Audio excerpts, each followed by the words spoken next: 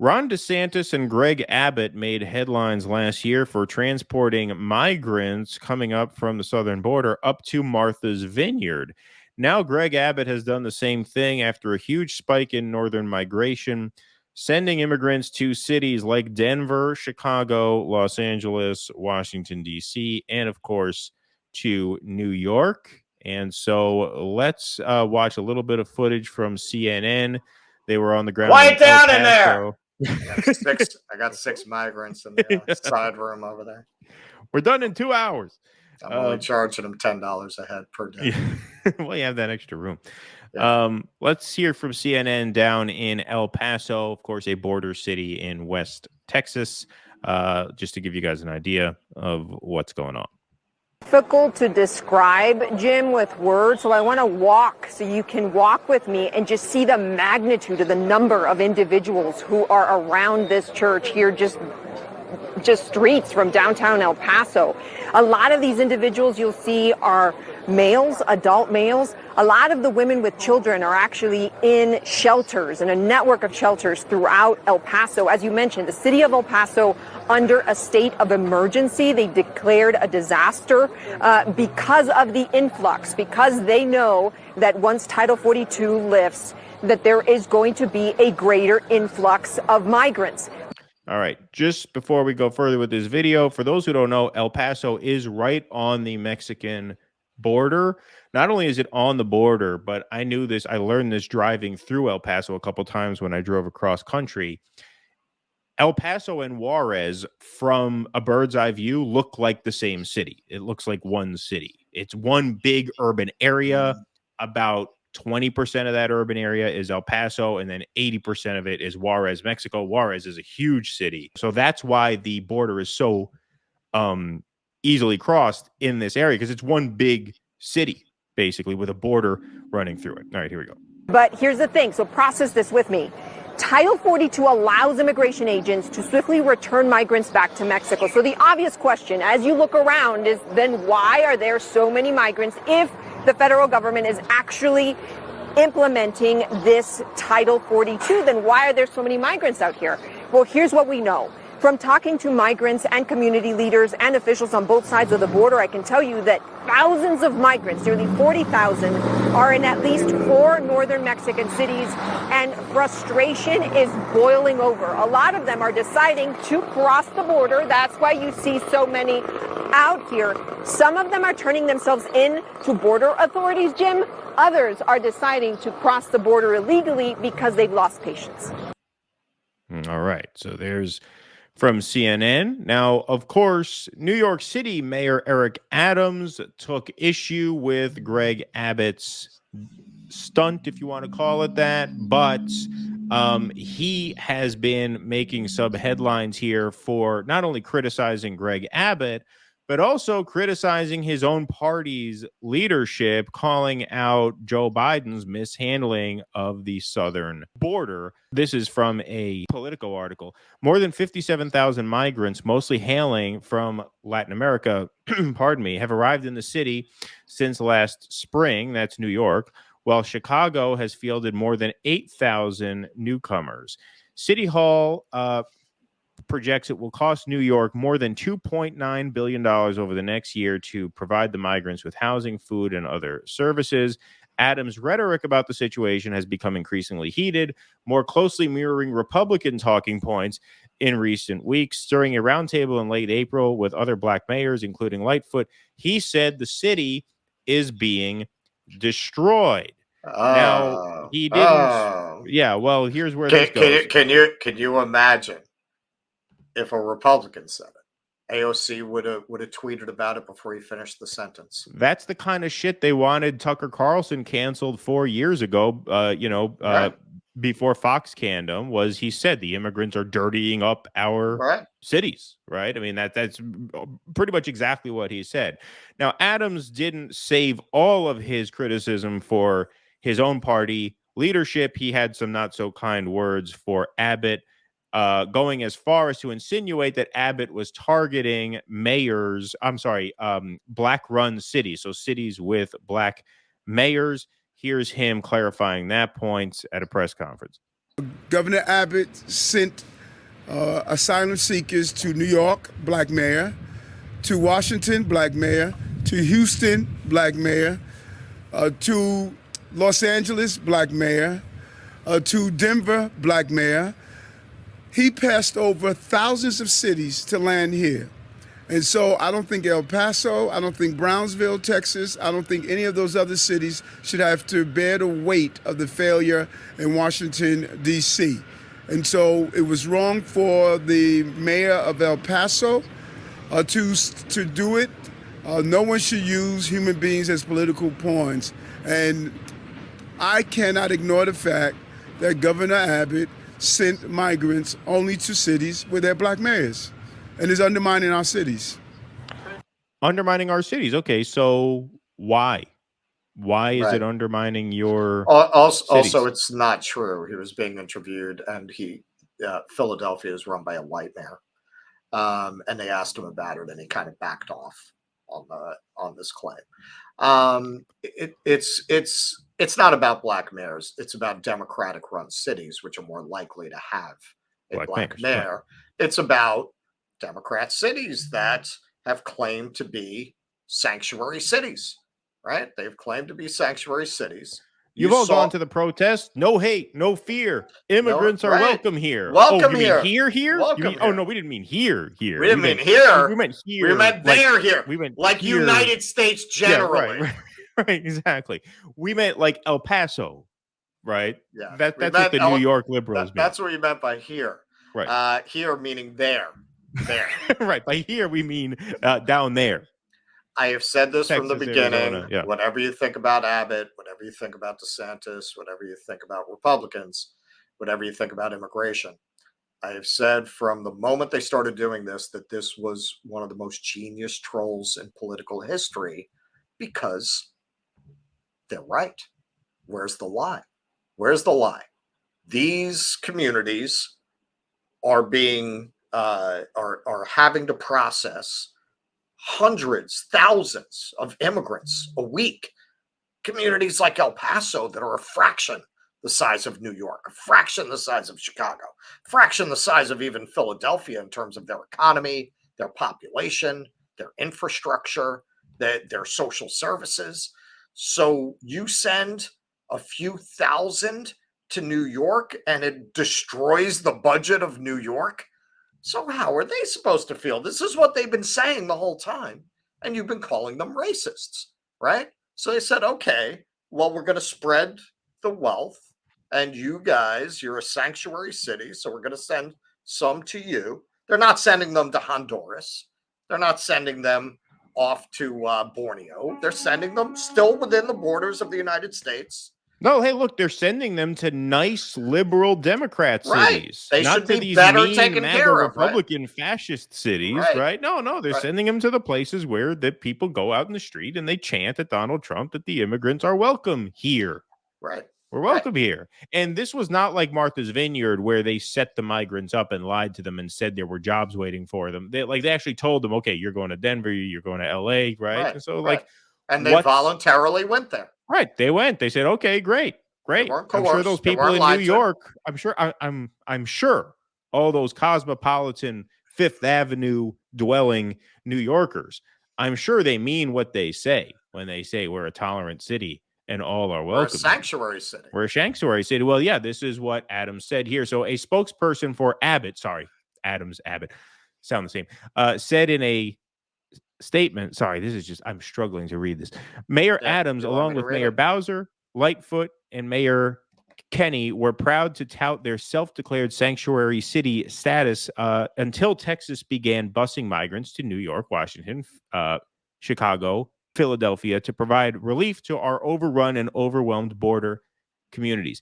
The spokesperson added, with millions of residents, New York is only dealing with a fraction of what our small border communities deal with on a day-to-day basis. That's what Russell said earlier. The real crisis isn't in New York City. It's on our southern border, where Biden's open border policies have allowed record high levels of illegal immigrants, deadly drugs like fentanyl, and weapons to surge into our state and country. Now, it's interesting because, of course, they're going to go to the open border line. But actually, the problem goes far beyond that. It's actually that our facilities, which, by the way, under Biden, they're called facilities. Under Trump, they're Yes. cages, right? They're But our cages, yes. right, Yes. our facilities have become so overrun that now a lot of migrants are being sent back south, and they are overrunning facilities in Mexico. Right. That's how that fire happened that we talked about. I Right. think that was Right. about a month back.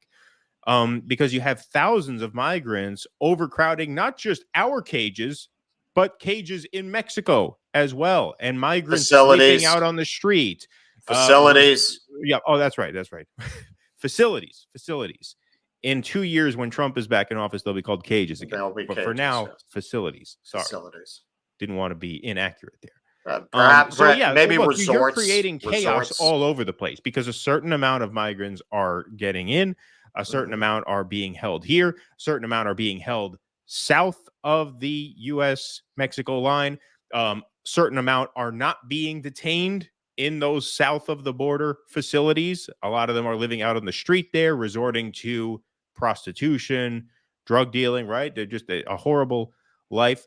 And so, yeah, it's a complete disaster all across the board. I mean, this was the issue that the libs were most offended by Trump about, because he started the campaign with the Mexicans are sending their worst, they're sending their rapists and the drug dealers, stuff like that.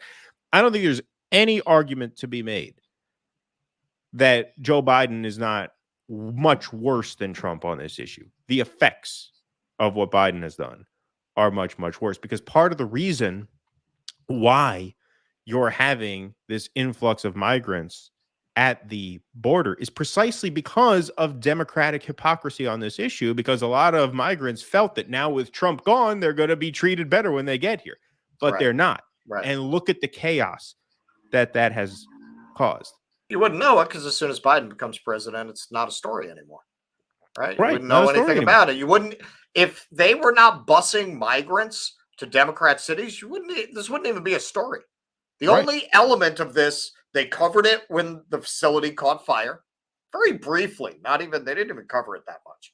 If that had happened under Trump, oh my God, that would have been all you heard about for a month. They would have been covering that story constantly. Look, that's why this is such an effective troll, because they're exposing the NIMBY tendency of Democrats in real time, like we covered where my old camera fucked me when we had Savvy on. I couldn't do the segment. Right. Yeah, no, I thought of that same segment when we were talking about that was the whole point of the segment. Washington State has more regressive taxation than Texas, right? All of these supposedly liberal areas like Palo Alto, you can't get affordable housing built. This is Democrats. That's what's disgusting about them. It's their hypocrisy. I'd rather have an open enemy than somebody who smiles to your face like that and stabs you in the back. Even if you're talking open enemy, look, I want people to name one policy difference between Biden and Trump on the southern border, besides the family separation, which Biden did not do and Trump did. Now, as horrible as that family separation policy was, turns out there were about 500 kids who could not be reunited with their guardians, right? Now, that is beyond a tragedy. I think that is a crime. That is just an offense to humanity that happened to those kids. But if we're talking about numbers here, you're talking about 500 kids. You look at the tens of thousands of migrants who are now in shambles because of the chaos that is happening here. I mean, the numbers are not even close. When that father, and I think it was his daughter, may have been his son, but it was a photo that went viral of a father and his kid drowned in the river because they were turned away. And that circulated on social media everywhere. You could not get away from it. Look at what Trump made these people do. Yep. You have now literally tens of thousands of migrants over flooding, yes, cages. I'm going to be red pill here. Not only flooding the cages, but there are too many of them to keep a roof over their head. And it is just causing just this unbelievable turmoil in their own lives, and yet we don't hear anything about it. AOC's not going to the border and crying anymore. Like, you don't hear anything about it. And you know what? The right-wing media has because of pointed these that stunts out. that the Republican governors are doing. That's it. No, we Right. get no coverage. No. And if you look at right media, they keep pointing that out, and they're right. Where's AOC at the border? Why isn't she going to the border anymore? Right? Where's all this attention that was on the border when Trump was the president? Remember Rachel Maddow crying, literally crying on the air about the children in cages? Where is she? Where is she? Where are they now? So I'll tell you, as a New Yorker, I'm not offended. I feel like these border towns that have been branded as racist for feeling completely overwhelmed with their very limited means and their very limited infrastructure to handle something like what we saw in not Fox News, CNN. That was a CNN segment that we showed. I don't blame them for feeling that way. I don't think they're racist I'm sure there are some racists down there. You know what? There's a lot of racists up here too. This makes me think of how the North has always tried to make racism a Southern issue. We've always tried to put it on them, right? Like we're not that. And this illustrates that too. So as soon as they start sending migrants up here, all of a sudden we start crying too. And Eric Adams in particular has a long history of deflecting to race. Eric Adams literally tried to argue that rent stabilization laws in New York, which are, I believe, the strictest by far in the country. That's why it's like getting into Fort Knox to rent an apartment in New York, because it's so hard to get you out. If the tenant fucks the landlord, he's going to be screwed for like a year trying to get you out, at least, if not longer. He argued that rent stabilization laws hurt Black landlords. Right. About 5% of landlords are Black, right? So he tried to make it that kind of an issue to raise rent on all New Yorkers. So how many Blacks are renters who would be hurt by that versus how many Blacks are landlords that would be helped if you got rid of rent stabilization in New York City? So yeah, I mean, it's just a classic Democrat NIMBY thing. And that's why it's genius. Look, just because I don't like Abbott, I don't like DeSantis, I don't like any of these guys, but even a stop clock tells the right time twice a day. And when they say that these problems are real problems and it's not a race issue, it's a logistics and resources issue, and you wouldn't like it if you had to deal with it, and then they send a tiny fraction of what they're dealing with, and all of them, Lori Lightfoot, oh my God, it's destroying the city. Well, they made their point, and you proved their point with those statements. That's what makes it such a checkmate move, is that as a Democratic mayor, as a Lori Lightfoot or an Eric Adams, you can't take issue with what Abbott's doing without admitting that you don't want the migrants. Right. Like, that's just a checkmate. There's no way to maneuver at that. The only way you can take issue with what they're doing is by admitting that you don't want them here, because if you did want them here, then you would say, yeah, sure, fine. If you guys are too racist to have them in your state, sure, send them here. Yeah, please. We got plenty of room. We're a sanctuary. We're not only that, but with the number of vacant apartments sitting around in New York now, where you have what, 30 to 40% of all new apartment sales are to overseas buyers. You got a lot of space in New York City. No, we lost more population than any other city per capita, and we're continuing to lose population. Yeah, a lot of people we were losing population before COVID. And in New York City, a lot of the people who live there don't really live there. Right. They're there a few weeks out of the year, right? So you got plenty of room. You got plenty of room. That's not an issue. Yeah, Demi Moore, man. She has a place over there at the San Remo. Madonna has a place there. I'm sure Madonna's hardly ever there. What's the second biggest? What is that? That's on Park Avenue? The real tall, thin. Oh, that one. Yeah. I'm sure they got plenty of units in that building. Sure. Plenty. Sure. No, 50% of the units in Midtown are empty. They're owned, but nobody's there. Right. Exactly. Right. It's like you have these oligarchs overseas will buy them like buying diamonds and gold. like it's just part of their overall portfolio to own a New York apartment. So yeah, man, all these people, I'm sure most of them are liberals and, you know, Davos kind of people, man, put them in there. Why Right. not? Please clap.